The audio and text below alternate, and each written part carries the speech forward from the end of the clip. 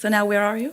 I mean, it's great, and I'm wanting to feel that flow of energy. I feel like I'm up here a lot of the time. I do. I guess I'm looking for the manifestations to support that because I haven't been seeing them. It's like a little doubt and then a little... This is the distinction that we want you to understand. We want you to understand that when that idea comes and it feels good, that idea of even wanting something, when that idea comes, we want you to feel and know that that idea is a manifestation. It is a manifestation that has come out of this vortex.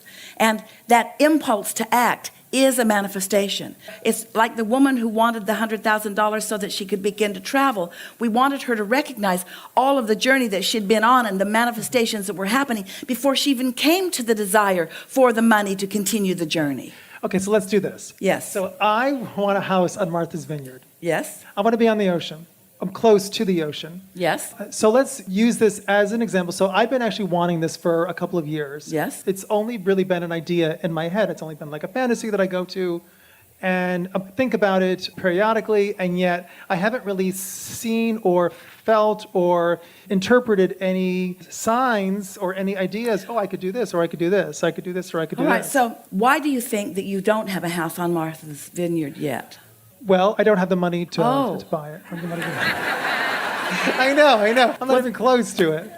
And I feel the resistance in that. I do, of course. It's all I feel right. it. It's all right. It's all right. But the reason that we asked the question and the reason we are so much appreciating your candid answer is because it's as we were talking earlier, that when you have a belief that is dominant, then the desire can't be received in a way that there is a viable trail to it. So what we're saying to you is that desire is not active enough, long enough before the doubtful thought about it is dominating the vibration of it. So what you do is you stay off the subject that brings the doubt. In other words, you've got to somehow find a way to deactivate the doubt part of that within your experience. So do you feel wrong not living on Martha's Vineyard yet? No. Really? Because you're really failing at this desire. I know. Do I feel wrong? I don't feel wrong for anything. So this is not diminishing your sense of value or worth. No. Really? Not for the most part. You said, I don't live there yet because I don't have the money. Yeah. And then you said, not even close. Not even close. It's just discouragement. It's not like feeling wrong. It's not feeling... This is really, really good. Discouragement. So here's the question. Are you sometimes, when you're tapped in, turned on, and you in that receiving mode, the idea of that comes to you and it feels good for a moment before you crush it with your discouragement. And your discouragement is a vibration that is this receiving mode. So we just want to ask you a simple question. Which receiving mode do you think you're mostly in? The discouragement receiving mode or the exhilaration, all of the fantastic things about living there? Probably more here. So it's all right. 60-40, 70-30. 90-10. So... But it's okay because your inner being knows what you want and knows where you are. And so it's constantly offering you a thought that sort of sneaks up when you're not even looking about that. That's why your desire will never go away. It will always be alive. But the question is, how close to the receiving mode of that are you? So when you hit it head on, as we have sort of forced you to do through our impertinent questions here, it does activate a vibration that holds you in a holding pattern. And so you could avoid the subject altogether and focus on other things where it's easy for you to stay in the receiving mode. And if you could do that, your receptive mode about not having enough money would in time dissipate and this would be dominant, and then you would break through with some ideas. Does that make sense to you at all? Can you see that happening at all? Can you hear us when we say, if you could cease to offer the vibration of disappointment and doubt about something, that the cork would float to the surface of the water and you'd be right there where the ideas would flow? I'm going to have to get off the subject of owning a house, period. Because owning anything, whether it's a car or whether it's a house, I live in New York City, so I don't have a car. And I haven't had a car in years and years. Why not? Because I don't need one. I'm in New York, and because it's too expensive to have one in New York. All right, so there's that vibration again. So what you're saying, is that there are many things that you are living and that you're observing that cause you on a pretty regular basis to offer thoughts, to hold a vibration, to practice a vibration that doesn't allow you to be steadily in the receptive mode of something that you know for sure you want. But this is the thing that we so want you to hear. If you were not anywhere near that receptive mode, this is the most important thing that you'll ever hear from us. This is a really important breakthrough for you. This is really a wonderful thing for you to acknowledge. And we're happy that we're here as you're going to receive it. I got to go. I have to use the bathroom. Can we read? We'll tell it to the next guy. The fact that you know for sure, and we can feel it from you, we can feel the definition of it within you. The fact that you know for sure that this is something that you want means that you were in the receptive mode to receive that, and means that it is so much further along the way than you know. It exists, and it is real, and it will manifest into your experience. It is absolute. It is not in question. It is sure. If this time-space reality has the wherewithal to give you the contrast that causes it to grow, and you receive the idea of it that you want it, once that has happened, you're more than 90% along the way to the receiving of it, you see. You just have to bring it home by not doubting it and preventing it from coming into your experience. Now, we know that's hard to hear because most of you, accustomed to seeing things and having an emotional response to them. So if something that you want is happening, then you have a good feeling. But if something that you don't want is happening, then you have a bad feeling. It's not the easiest thing in the world to be standing in the middle of something that you do not want and have the feeling of what you do want. And yet that really is the work. So you said something very smart. You said, I have to get off the subject of that, because when I'm on the subject of that, my disappointment dominates. Well, isn't that nice to know? You see, the creative process says, ask and it is given. So you've asked, it's in the vortex, and it's already ripe for your plucking. So if you stay on the subject of owning things, or on the subject of scarcity, or on the subject of any of these things that are bothering you, then you continue to throw new resistance on your path that prevents you from being in the receptive mode where something clicks that is the path to what you want. Did you hear that? Let's say that there are 5 subjects that are important to you, and 4 of them you have doubt and disappointment about. But one of them you have no doubt or disappointment about, like what you started with us today. I have a lot of talent. I have a lot of creative ability. The things that I want often come to fruition. And so as you focus upon that one thing that doesn't hold you in the receiving mode of disappointment or overwhelmment, but holds you in the receptive mode of positive expectation and appreciation and passion and enthusiasm, as you focus on whatever it is that holds you in that vibration, you're going to be in the receptive mode of everything that's in your vortex. That's so important to understand, but you don't really know that. Instead, you want to talk about 5 things, and this one isn't working, so I've got this idea. I want to live on Martha's Vineyard. Dun, da, da, da, da, da, da, da, da. And then you do processes. How can I make myself believe that? Claw your way up the emotional scale.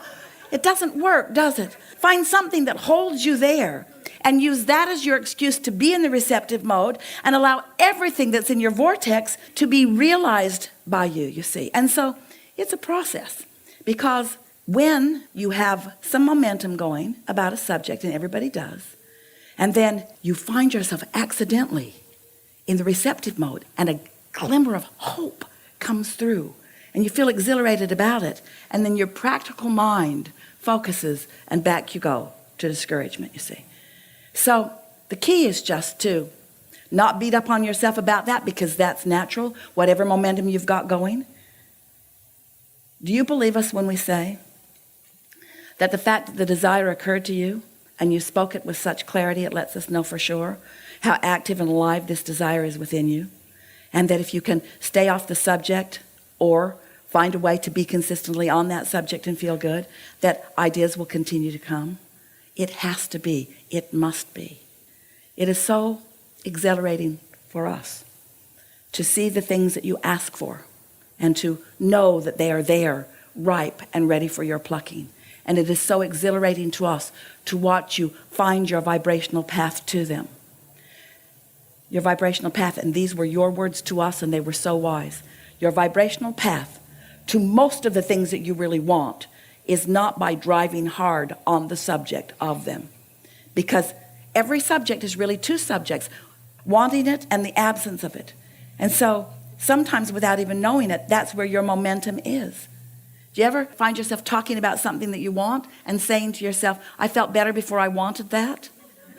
But the thing is, once you've desired it, and once the manifestation of the idea has come to you, you can't back off of that.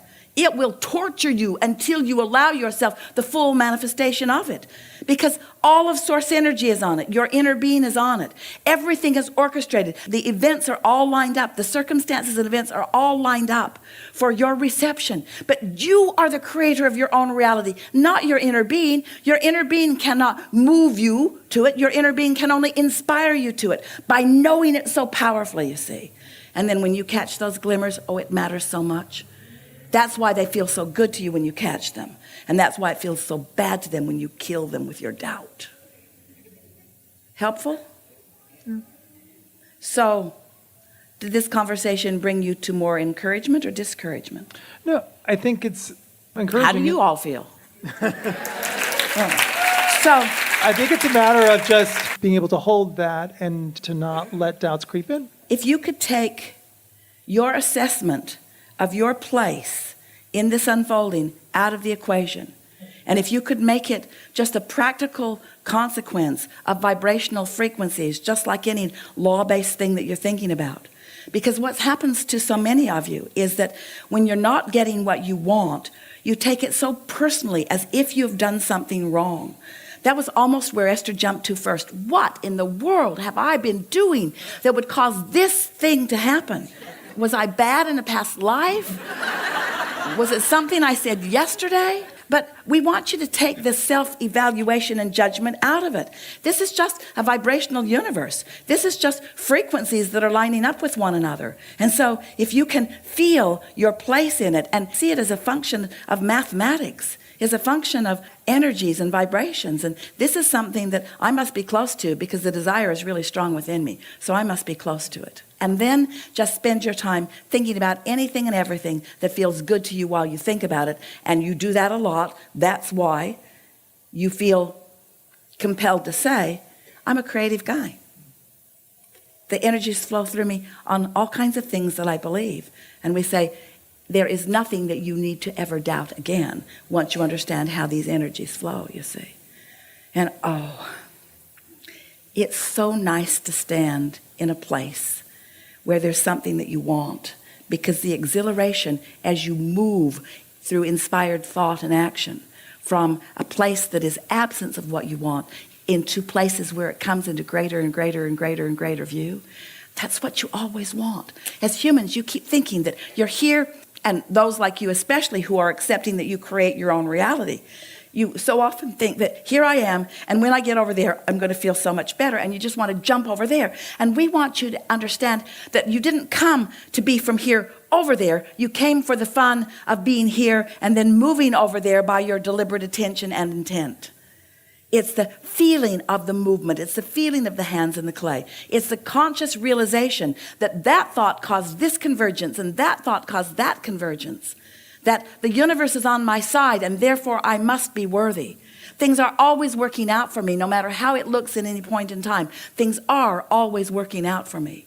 Because before any solution or any answer to a question can come, there has to be the awareness of the problem, which causes the asking of the question. There has to be a starting place. And the starting place, you must no longer condemn the starting place. And you must no longer condemn where you are. You must embrace where you are as an important and right part of the process, no matter where it is that you are. It's all right where I am. This is all right. This is all right. It's all right that this is happening. This is a good thing that's happening, not a bad thing that's happening. This is something that is happening on my way to who I really am. And once you've got that, then and only then can you live happily ever after. Because no matter how many of the things that you want, like a magnificent house on Martha's Vineyard, no matter how many magnificent things that you want and that come to fruition, as soon as it comes to fruition, and even before, there's going to be something else and something else and something else and something else and something else. And you will always, forevermore, as long as you are here in this physical body, you will always be in a place of not being the realizer, the full manifester, the full receiver, the